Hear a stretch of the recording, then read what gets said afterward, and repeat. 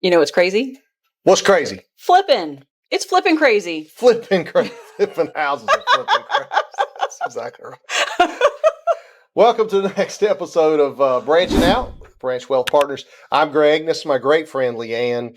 And Leanne and I have known each other, 10 years maybe, I guess? Just about that. And she came on board the branch team maybe a year or two ago and as the director of education.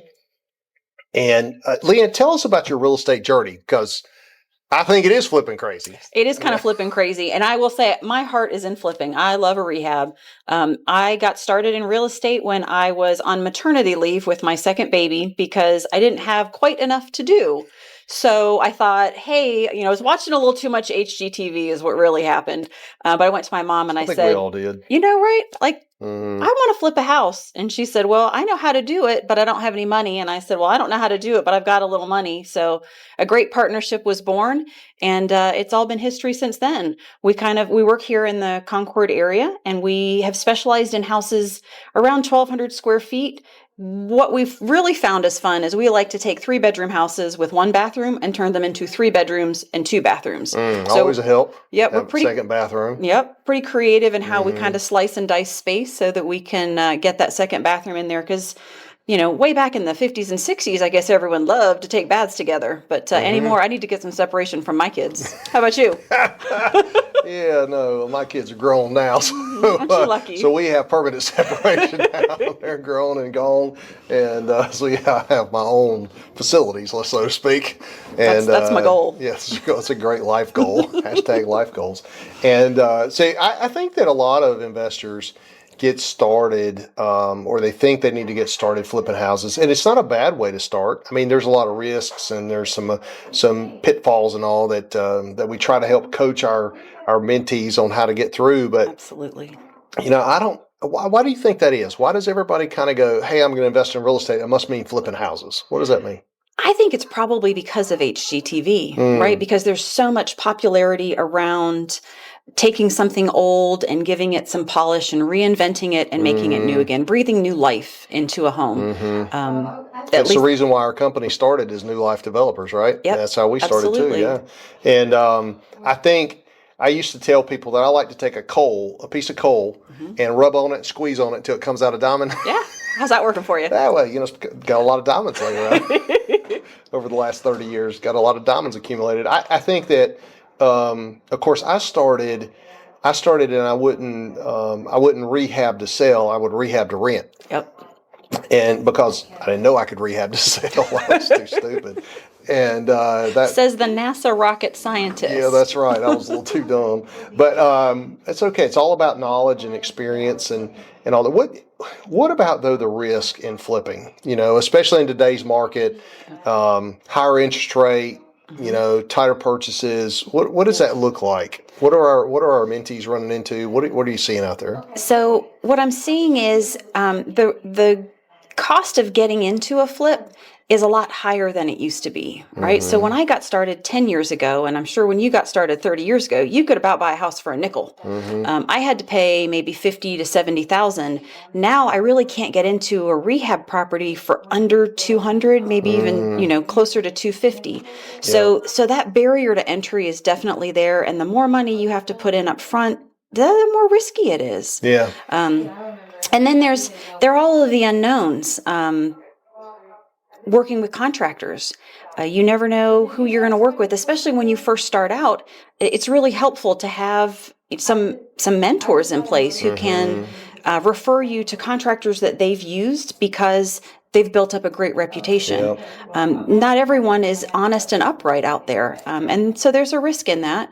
And then if you use all of your own money, well, there's a tremendous amount of risk. You've got all of your eggs in one basket.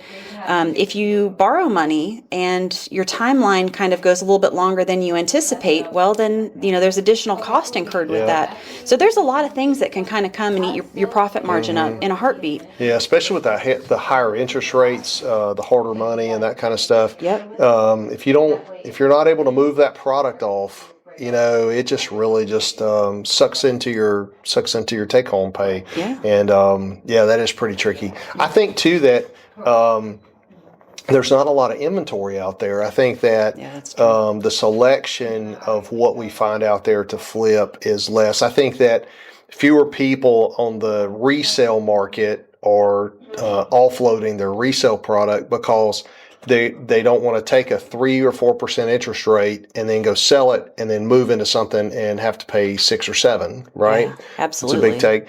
And but it's interesting. I think that as the what was it that one of our guest speakers at our monthly workshop said? I think it was either 2025 or 2026. There are more people 65 and older in Yep, the history of the world. Like exactly. more people now 65 and older than the entire history of the world. And so you would think with that aging population, we would see more and more product coming out, right? Or But they're living longer and they're longer. living longer and longer. The average is getting up higher, Yep. right? Especially with you female types. But us guys, we kind of choke out pretty You early. can't get rid of us. You guys have better genes than we do. We're just more stubborn. I don't know what it is. But ladies tend to live longer than men. And just statistically, that's just the way it is. We check out a little Maybe earlier. that's by design. Maybe it is, getting rid of us. We cook the meals, I know, right? Check my fingernails, make sure I'm not getting poisoned. But it is kind of interesting. It'll be interesting to see what happens because there is supposed to be the greatest transition of wealth in the history of the world over the next few years. Yep. So it'll be interesting to see. The other thing that I've kind of noticed recently that might help the flippers is there was an article in Cason's newsletter that talked about the rise in foreclosures. And so foreclosures were up like 19 or 20%. I don't know if that was year over year, quarter over quarter, whatever it was, but whatever it was, it's up 19%. But I think, typically the flipper would like to get in there into the foreclosure. It has to be a motivated seller, right? Absolutely. And you have to be able to pick up the product more at wholesale than out there on the retail. Yep. And, we have seen a couple of people trying to retire and bring us their portfolios, and that would be a good way to kind of get in there more at the wholesale side. If you find a fellow investor who has a significant portfolio and they're aging and they just want to kind of transition out, but I think as the foreclosures start to tick up just a notch, if they do, Yep. if the economy rebounds and gets even stronger, because it's pretty strong now. I mean, it really is. Yeah. But if it just all depends on the job market, right? Yeah, it really does. No, and I think that, as that inventory increases, then there's an opportunity to get that wholesale deal again. And that really hasn't been available for a lot of years. A lot of years. I would say 4 or 5 years. The inventory has been really tight. Pretty tight. Yep. And a lot of people out there scrambling for it. And that's why I just sit there and go, an investor should never they should never be a one-trick pony. Nope. Right? You should kind of know everything, at least have an introduction to a lot of different techniques and a lot of different methods, because the real estate market is so cyclical, right? It goes up, it goes down, it changes, it moves sideways. And so what product class might be doing real well right now, might trend, so I think it's kind of interesting, because right now people might want to hold their cash and watch to see if more flips are coming open, or they might want to park their cash into more long-term holds for a little bit. Well, and I guess case in point, as inventory kind of dried up, I took that route and I went the route of private money investor. Yeah. So I started becoming a private money lender, and that's allowed my capital to continue to make me money while I've waited for inventory to become available. And I started building. Yep. So, and I've done some private money lending. I just felt like I could find lots a little bit easier than I could distressed, pre-built properties. Yep. And so we've enjoyed a lot of good success doing that. And it's become a little bit more predictable and a little bit more risky because you're starting from ground zero, graded dirt or raw land, and so instead of a finished house, but still been good for us. Yeah. So you have to kind of move and shake where the market is. I don't think you could just sit back and go, man, it's a bad time to invest in real estate. I hear that all the time. I'm like, well, it depends on what you're trying to do, champ. Yeah, I don't know that I'd be investing in office buildings right now. Well, I don't know. Warren Buffett always says, buy when everybody's selling. That's true. So they're sure selling them right now. Yeah, they would love to get rid of them. I was looking at an article earlier today that talked about some of that kind of stuff, and of course, office is hard. Multifamily is kind of right behind them because they all financed it in the 3s and 4s, and now all those 5 to 7 year loans are coming up for doing. Yeah. And so they'll have to restructure. So there's a lot of debt out there that needs to be renewed that's not getting renewed. And so when that happens, that'll be fun. Good stuff. And get your dollars ready. Get my dog, have that gunpowder dry, ready to go. That's right. And but I think I like doing a flip. What was the most interesting flip that you ever did? Anything that sticks out that was interesting? So the ones or that what we call that's impressive. Right. Could be a good impression or a bad impression. The ones that were most interesting are the ones that smelled the worst. So I don't know why, but I ended up picking up pet stained house after pet stained house where you would walk through the door and it was like you hit a wall of urine and all of mold. Can we say urine? It's YouTube. We can say anything we want. You can say anything you want. People hang off on rocks and do stuff. Those are the houses, it's funny. Those are the ones that smell like money. And that's what I learned. It's funny. Growing up, there was a paper pulp plant that we would drive by. Oh, man, they smell so Brunswick, bad. Georgia. Yep. Oh, boy. And people who worked there, I would say, it's the smell of money. And I never understood it until I started buying urine-soaked houses. And then I'd walk in and I'd take a big whiff and go, all right, we can do something with this, right? Yeah. Once you figure out a plan how to get that urine smell out of it, then you can take that lump of coal and, with a little vinegar and baking soda. Now, you just have to be careful with that because you don't want to get so used to it that you walk home and you go, ooh, smells like money. I know this is my house. See, we don't like to smell like that. We like to keep things a little more clean. We like the smell of Clorox in my house. To smell a little cleaner. So, yeah, I agree. You learn to figure out real quickly, what are the easy things to do? What are the hard things? What's going to cost you a lot? What's the most beneficial improvements? And so as you work through a few deals, you kind of learn hey, man, this is something I can do over and over. Yep. Well, it's kind of like dating, right? You have a type. Right, I found my type. My type was a 3-bedroom house, and you like to date a 3-bedroom. I like to date a 3-bedroom. There you go. Tall, dark, and handsome. 3 bedrooms, 1 bathroom. Yeah, 2-story. There you go. But like I said earlier, I like to get creative and figure out, use the square footage that's available to put that second bathroom in, because that really drove the value of the property up. So some of the most fun flips were where I took a hallway and I turned a hallway into a bathroom, or I took a laundry room and I cut it in half and I made an ensuite, or something kind of creative, taking some storage area, moving walls a little bit, just to create more value and, a house that fits the needs of today's buyers. Right. Yeah, as opposed to buyers of 1962 or whatever. Exactly.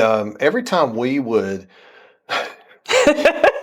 I know what you're going to say. I know, right? In the HGTV shows, the designers come in, they go, "Oh, we need to take down this wall and open this space, and it's all artistic and flowing, and everybody's all sweet and happy, and it's all flowers and roses, rainbows." And every time we would do that, there would be a chimney in there. Yep. I've had a few of those. So where you sit there and go, why is this wall here? We need to open up this wall, make it more livable space. And as soon as you take out the sheetrock, there's this huge brick chimney sitting there, a fireplace.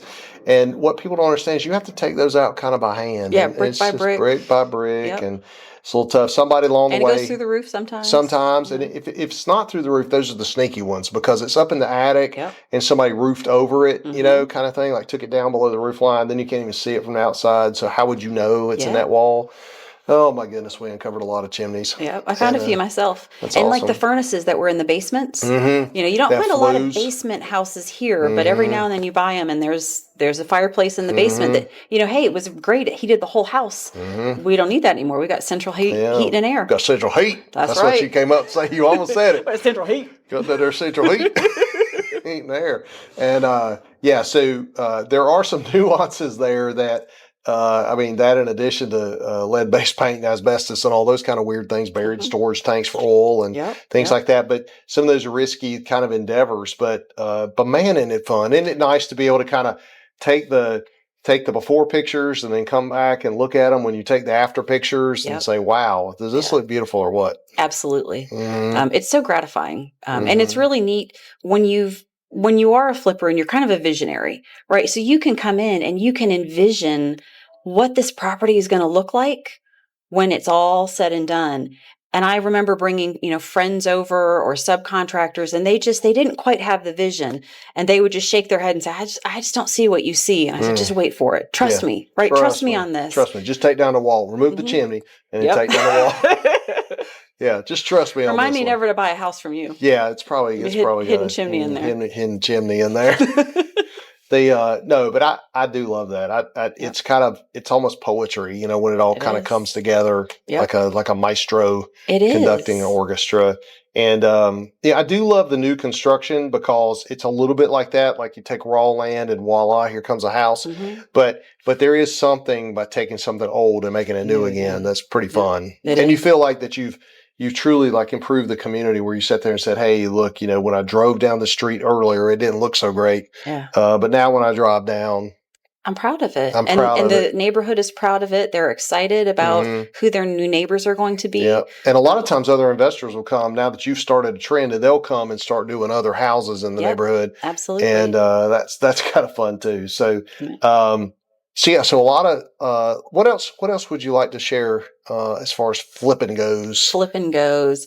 Use your flipping spreadsheet. Oh, yeah. Man, you need to understand your cost. So your rehab repair estimator, man, use that tool. I think we have one out there, like a free one or something, don't we? I think that we do, Oh, Greg. look at that. What a product placement what a segue. Idea.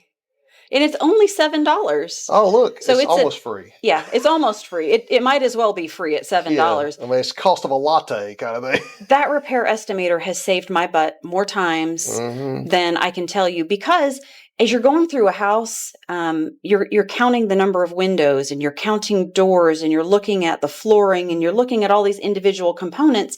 And on this spreadsheet, you're marking down, what you're going to do and what your plan is for the repair. And it'll auto sum it down at the bottom, and you go, there's no way. Right? There's no way it's going to be this much. No way it's going to be this much. Impossible it could be that much. And it is always that much. It's at least that much. Absolutely. Every single time. It's at least that much. Sometimes there's some bonus expenditures in there. Surprise, when you find that chimney. Surprise.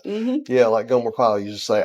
I know. We used to sit around the conference room table and compare deals and everything, and then we'd all say, no, there's impossible. And then we'd look at each individual line item and go, well, which one would you take out? Well, no, is that line item good? Yep, that line item good. And look, then the total must be the total. Yep. And I think it's, it just kind of helps if they use that and just kind of stick to your guns. I mean, you only make money in the buy. That's right. So there's only 3 numbers in the flip world that you could live with, right? What you buy it for, what you fix it up for, what you sell it for. That's right. it. And you make your money on the buy. On the buy, because what you sell it for is kind of market driven. Yep. What you tend to fix it up, you have some control, but then there's uncontrollables in there. So the only thing where you really can control is what you actually spent on the purchase. Yep. And so, so I tell my mentees all the time, listen, if it doesn't math, then you need to bail out and just punch right out of the deal, because there's other deals. You'll find another one. Better to walk away from the deal than to lose money in the deal. Absolutely. And so, so make sure the maths. So to speak. Hey, I like to math with you. Yeah, and Leanne is a Excel goddess. So I don't know that I go that far, but I sure do love a spreadsheet. Yeah. So anyway, but yeah, definitely check out that, and anything else you'd like to add? I mean, besides our little book here, that's a nice little product placement idea. I thought that was kind of cool. Guys, get this book. Yeah. It's the funniest book you'll find on real estate investing. It's one of Leanne's books, her favorites, because she's read it. I've read it 5 times now. She actually was responsible for helping us bring that to market. So good job. Absolutely. Thank you, Leanne. What I love about this book, and it's funny, I was just talking to a mentee last night, and I said, have you read Greg's book yet? So you're never going to do real estate perfectly. You are always going to make mistakes. There are always going to be lessons that you have to learn the hard way. I mean, that's just life. In Greg's book, he teaches you all of the lessons that he learned the hard way. And I said, read his book, because then you'll know what not to do. Yeah, because not all of them. I hid some of my mistakes, but they're in there. You got some good nuggets in there. There's some nuggets but there in there. definitely are a lot of stories, and that's why I think leveraging people, Mm-hmm. right? People are such a big part of the real estate business. Not only mentor-mentee relationships, but the relationships that you build with your contractors and your subcontractors. But then also, if you take it a step further, if you buy a property from a homeowner who is distressed, the relief that you bring to them by taking that burden off of their plate, if they have missed mortgage payments and they're going into foreclosure, the peace of mind that you've given them, and you probably have even sent them away with some money in their HIP National Bank, right? which is life-changing for them. Mm-hmm. And then you get to take that old property, you get to renovate it and make it new and make it wonderful and beautiful.